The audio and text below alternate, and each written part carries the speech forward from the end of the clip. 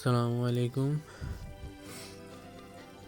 ইনকিউবেটরে যে কোয়েল পাখির বাচ্চাগুলো ফুটাইছিলাম, সেই কোয়েল পাখির বাচ্চাগুলোকে বাইরে রৌদ্রের ভিতরে রাখছি।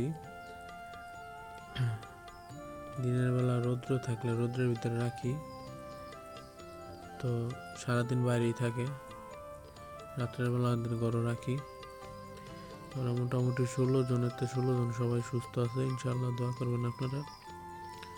তো আমার যে খালি জায়গাটা রাখছি এদের জন্য, এরা যদি ভালো করে গ্রোথ করে তাহলে এদের দিয়ে আশা করি আল্লাহর রহমত সামনে একটা কোয়েল পাখির ফার্ম করার ছোট পরিসরে শুরু করলাম। ইনশাআল্লাহ দেখা যাক আল্লাহ পাক কোন জায়গায় নিয়ে দাঁড় করায়।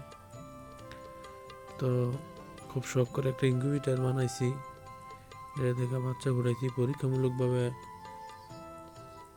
আল্লাহর রহমত ফুটাইছি পরীক্ষামূলকভাবে বাচ্চা।